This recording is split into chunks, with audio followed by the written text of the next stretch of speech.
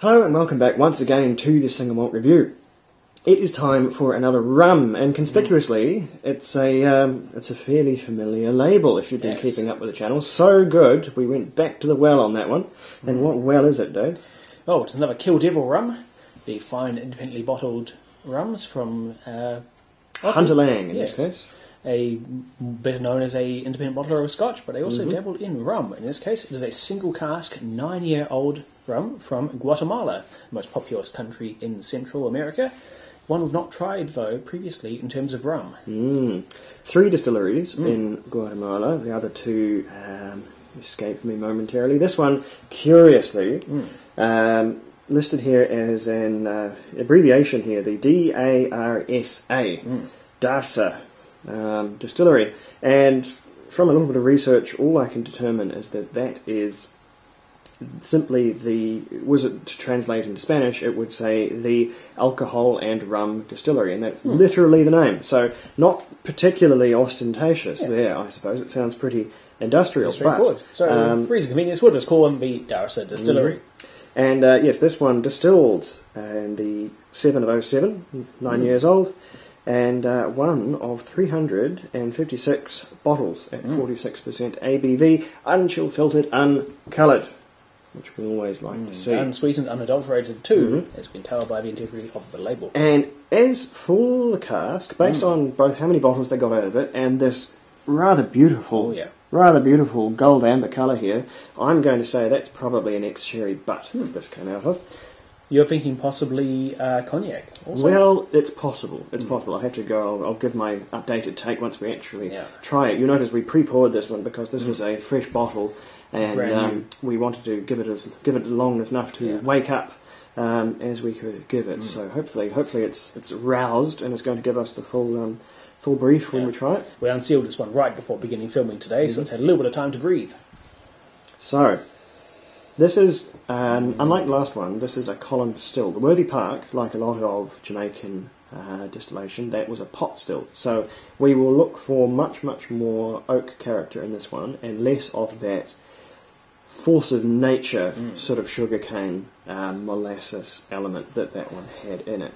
I think there's sort of a narrower focus, a tighter focus on a more select range of aromas and I think we'll see tastes. Possibly, maybe the opposite. Maybe we'll see broader things because wood tends to bring more disparate, varied flavours, and there will be much less spirit presence, sort of walking all over those what would be otherwise subtler flavours. But we'll just have to see how it treats us.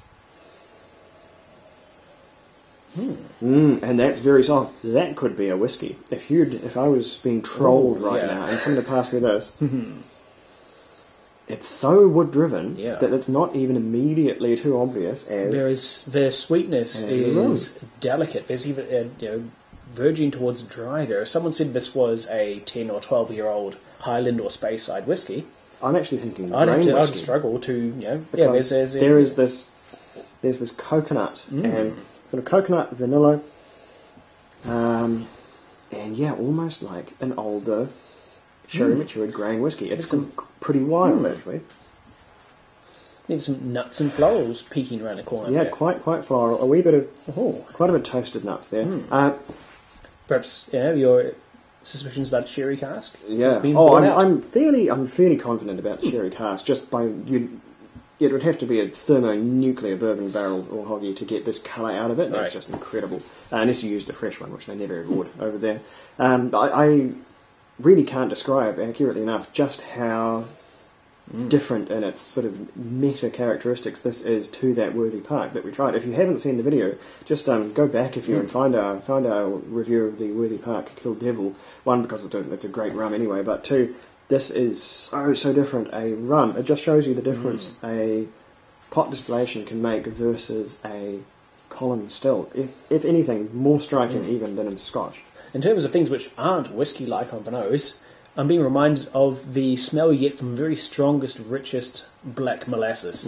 That stuff which is so potent, but it is really getting into dry and spicy territory when you smell it, unlike sugar or any sugarcane derivative would normally smell. The molasses is there, and the brown sugar is there. Your big fancy coffee crystals. Those are there. There's a little bit of there's some asphalt, which once you begin to look for it, you find there's a lot of asphalt and a lot of rums. There is a noticeable sort of mineral bituminous quality there. And you might think, oh God, I don't want to drink pavement. But actually, it's not bad at all. It's quite a fresh flavour. It mostly comes out in the nose. It's that sort of quite almost an ozone-y sort of a smell, and it really does freshen it up. It stops a lot of rums from getting too sweet. But anyway, we should try it. What's that word? The smell of rain on hot pavement. Oh boy. There's a word for that. There is a word for it, and it escapes me. It's some sort of gas which is mildly toxic. I'm going to make it bigger. Quick jump cut while I go and check, because my inquiring mind wants to know. All right then. And the smell is, of course, called petrichor, one of those words which is on the tip of your tongue and or brain until you actually need to use it, whereupon you immediately forget, because that is natural trivia. Yes, petrichor. All right then, here you go. There in abundance, though. Going the extra mile to bring you the name of the pavement gas. I've never encountered it in anything other than, say, warm rain on a warm footpath on a drizzly day. So that's, I think, a pretty comprehensive description of the nose. Let's dive in here and see if it's similarly gentle on the palate. Well,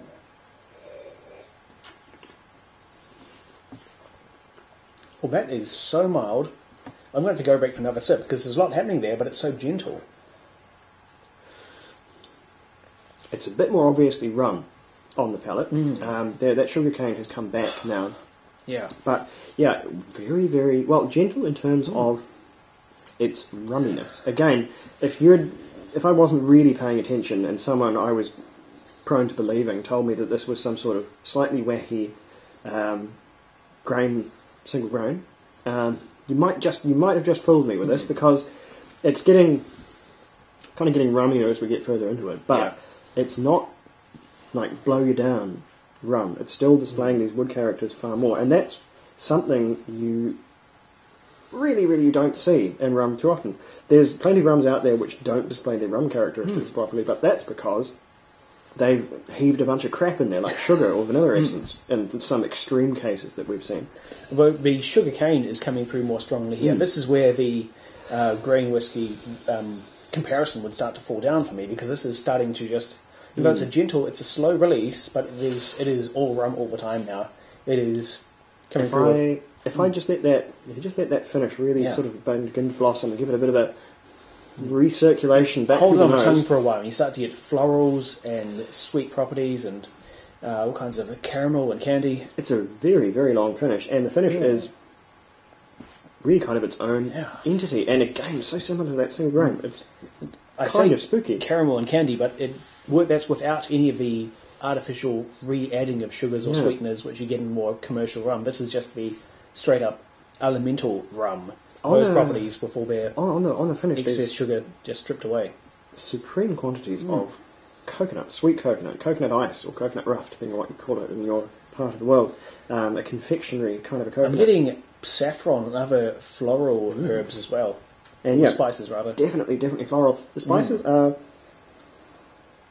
Curiously absent is the ginger that you normally get. There's there's a skerrick of it in here, but it's usually much, much stronger. There's gentle cinnamon, quite a bit of saffron, also some mild almondy flavours.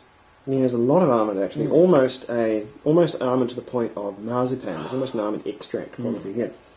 It's really, really very interesting. It's, if anything, a bit more traditional, because this is a rum with a lot of additives by way of the cask. So it's a rum with a lot on top of it, only doing it the right way as opposed to the wrong way. Whereas the Worthy Park, that was kind of more of a raw, elemental kind of an experience. Which I'd attribute to a pot still. The pot still in which you capture a wider kind of a spectrum of the original, what you're turning into the spirit, what you're drawing that from. Whereas column still, you're isolating and drawing off a select layer of that distilled spirit. Well, column still, basically, you're getting more and purer ethanol off a column still, whereas so you're a pot still, you're getting everything. Exactly. So you draw more out of a cask this way, so there's perhaps less of the original rum liquor, whatever that may be called, which has gone into here, but that means that what you get is being...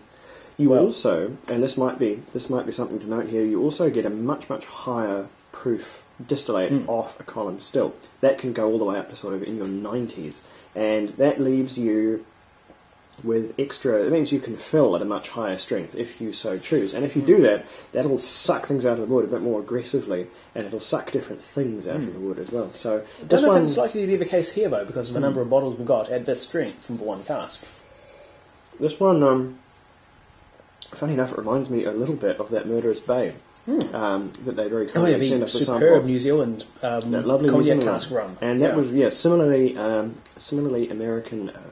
European oak being used to age It was that a one. cognac cask. Yeah.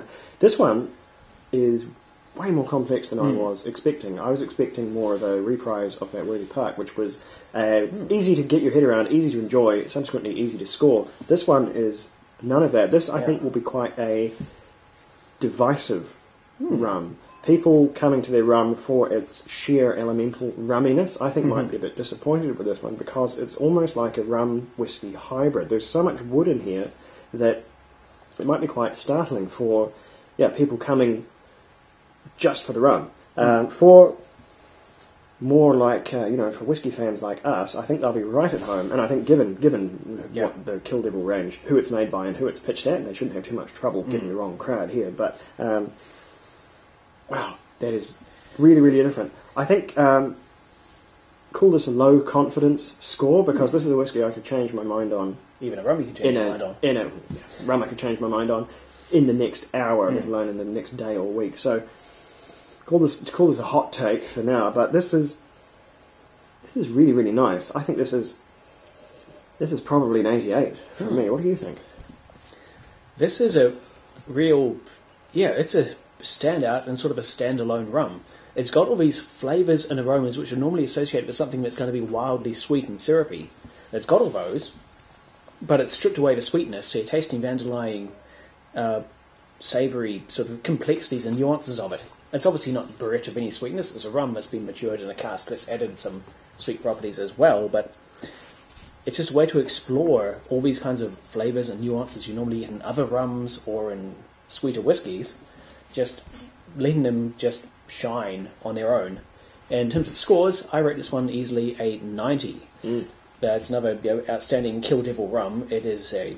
It's a cracker of a rum, that one. I mean, you know what? If you're this kind of person, I hope get them both. Lose your mind at the comparison. Yeah. I think that's a perfect. Oh, there's a dog coming. Look out! Perfect sort of treatise on just the two different aspects of rum and just how different it can be. Way more different than whiskey. With the Kill Devil range, obviously you pay more than you would for your average rum because they've selected individual casks and bottled them as is, just watered down to a bottling street, no other changes. So, drop for drop, slightly more pricey than a comparable aged single malt whiskey, but as the Kill Devil range goes, this one is one of the more economical options, and it is worth every cent, I'm finding. Yeah.